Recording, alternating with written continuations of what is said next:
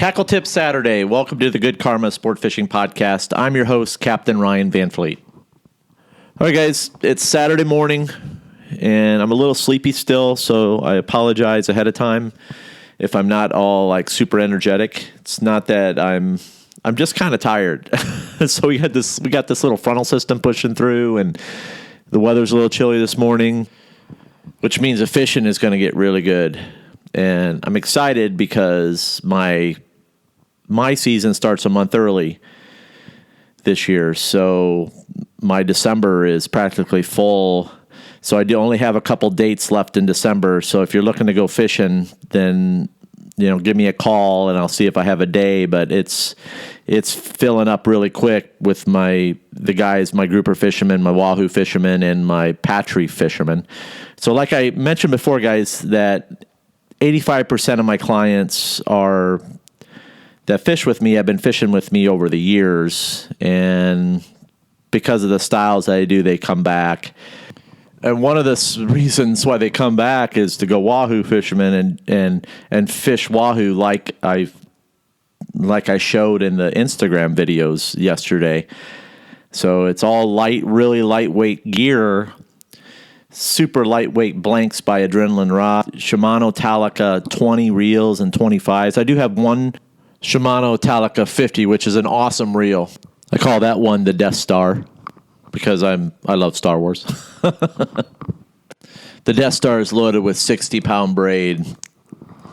And I also use this reel for black grouper fishing as well. Okay, tackle tip. Baitstrips. And this is going to be to answer some questions about the Baitstrips and how to run them. First, you got to use double hooks. Single hooks are okay, but double hooks are where it's at. So you want to mark ahead of time where you want your hooks to penetrate. So what I do is I line the double hooks up along a 9. I think it's the 9-inch bait strip.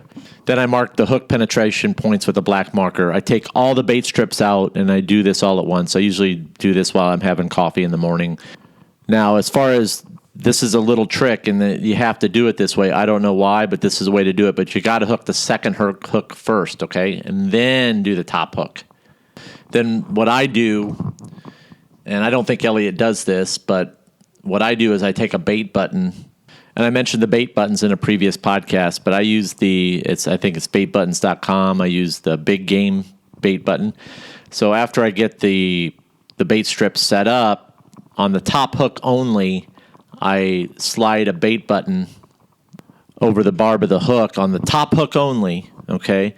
And this keeps the bait button in place. It keeps it from sliding down the hook. Similar to live bait fishing when you're using a like rubber band or a glow bead to keep your pilchard on the hook without it sliding.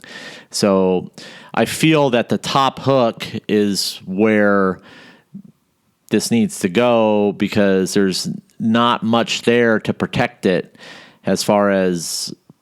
And I found that without the bait button there or some sort of like rubber band that I kind of struggle a little bit because I do pull these bait strips really quick, just like anybody else. So, but this works for me, okay, guys? Elliot's been using these things for years without putting any sort of stopper on the front hook. So, but for me, it works, and I have a lot of confidence in my system. Now, why do they work so well? It's the action and the flash, okay? Elliot doesn't use any wire. So he uses 60-pound fluorocarbon, and that's what the bait strips come with when you pre-purchase a Sea Witch from Baitstrips.com. They're rigged with 60-pound fluoro with a double hook. So the standard is the double hook Kingfish rig, so you don't have to use wire. But what I found is that you can see all those underwater videos is that when a wahoo comes up from behind, and especially in the winter months when they're feeding, okay, a big wahoo takes the whole thing in his mouth and he eats the whole bait and the Sea Witch, and he cuts it right off. So I was struggling. I was getting a lot of bites with the 60-pound, but as a captain, I don't have time to say, oh, shit, we lost one. So I had to figure something out. Now, what I was seeing was I had first started using them with wire, but with standard number 7 wire, but I wasn't getting the bites as like I wanted, and I felt that the bait strip wasn't performing the way I needed it to perform with just a standard wire rig. So what I did was I switched over to 75-pound titanium. No more bite-offs. And I was getting more bites than I was with regular number 7 wire. So I seen a significant difference. Significant. And I wasn't a believer in this titanium stuff, and I had tried it over the years with live bait. I had some really good success with pilchards and titanium. Then I got away from it, and I'm just like that sometimes. It's like anybody else. I'm human, and so. But I knew that the bait strips were performing, but they weren't doing well with the number 7 standard wire. But when I was using 60-pound fluorocarbon, I was getting a bunch of bites, but I was losing a bunch of fish. So I found the happy spot, and that is 75-pound titanium black wire, AFW brand. Okay? Super easy to tie. Follow the directions on the back and do it just like that. Okay? Don't overthink it with crimps and crap. Too much stuff out there on YouTube. Just tie it, man. Don't crimp it. Don't put any heat shrink over it. You don't need to. Just tie it just like AFW tells you to tie it, and you're not going to have an issue. Okay, but the real trick is to make sure you leave the tag end. Okay, the knot looks kind of ugly, but it does not matter. It does not matter. Okay, just remember that little swivel that you tie on there is actually generates a little bit of bubble action, and the fish like that. Will that little swivel get bit off? Yes, it will, but not a lot. But that's part of it. There's nothing perfect out there, okay? It's not a perfect world. And I have a hard time with that sometimes, but I'm getting better. Also, I highly suggest that for every bait strip that you rig, you run a tensile insert underneath the sea witch. I just think that, number one, it adds a little bit more bling when you need it. And it protects the bait strip, similar to when you're running bonito strip. So the tensile insert and the bait button, I feel, does a good job of protecting the bait strip while you're running it at between 7 and 10 miles an hour. And that's kind of where I'm at, depending on where the conditions are. I don't run any faster. Sometimes I'll push it up to 11 or 12, but not too often. Also, too, if you don't have downriggers, then you need to figure out a way to get your bait strip under the water. I don't like to skip them because I don't feel they do very well, and I don't feel they last very long. So these, in my opinion, the bait strips are designed for running under the water because that's where you're going to get your action, okay? So I want you guys to go through, and I want you to pull up some YouTube videos today on fish coming in on the dredges and look at what they're coming in on. They're coming in on the action, guys. You got a big piece of metal in the water, okay? So the whole thing about stealth, you got a big metal arm in the water, okay? And you got all these baits with all these swivels on there. And the Wahoo come in on this because of the thumping, okay, because of the action. You got all that vibration that's coming off there, and bait strips put off one hell of a vibration when they're rigged correctly. And flash. So I want you to go and I want you to look at the videos today, and you'll see what I'm talking about because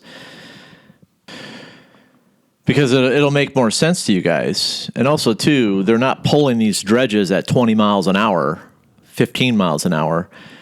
So, and Wahoo eat the hell out of goggle eyes trolled at 1 mile an hour. Or nothing at all. And I want to let you guys in on something. So I didn't mention this in my Instagram yesterday, but as I was pulling up after my last post, I had a big Wahoo Crash my long center as I was slowing down to pull in my planer. Okay, so this fish was probably following this bait. Okay, which they do. I don't know if a lot of you guys know this, but these fish will follow your baits for miles and not eat anything. And then something sparks them to eat.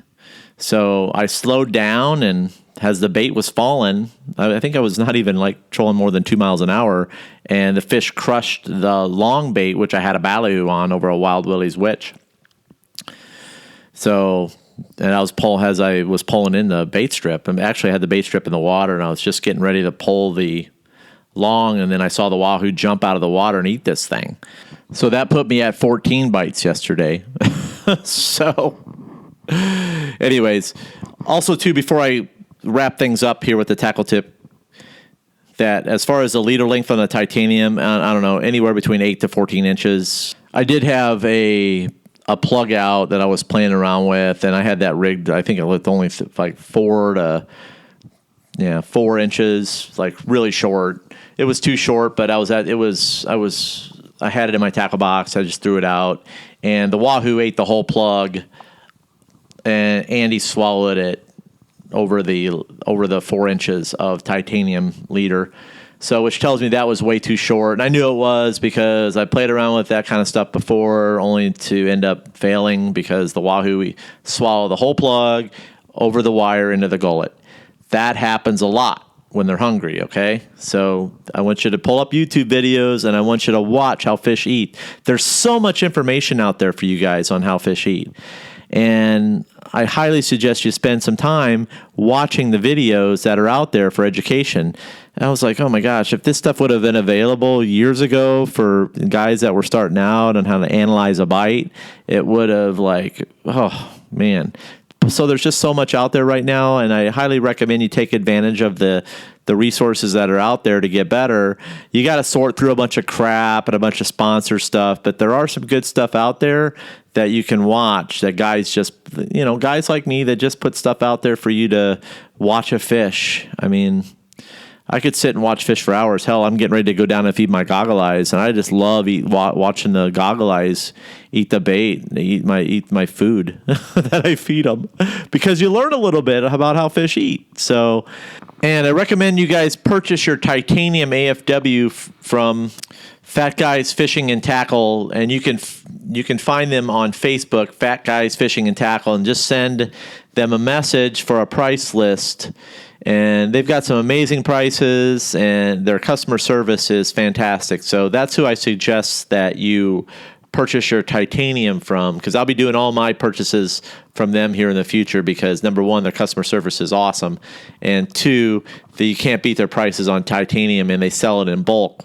So when I make up a number of rigs, I don't want to have to buy a whole bunch of those small titanium packs from Bass Pro, and which is annoying. So, but purchase a 75-pound AFW for your bait strips, and give it a try with your other stuff too, as far as your lures and whatever else you drag. Okay, that's all I got. I'd appreciate a follow on Instagram at goodkarmasportfishing_FL_keys, and make sure you check out my website, www.goodkarmasportfishing.com. Have a good one, and remember, anytime you're fishing, it's all good.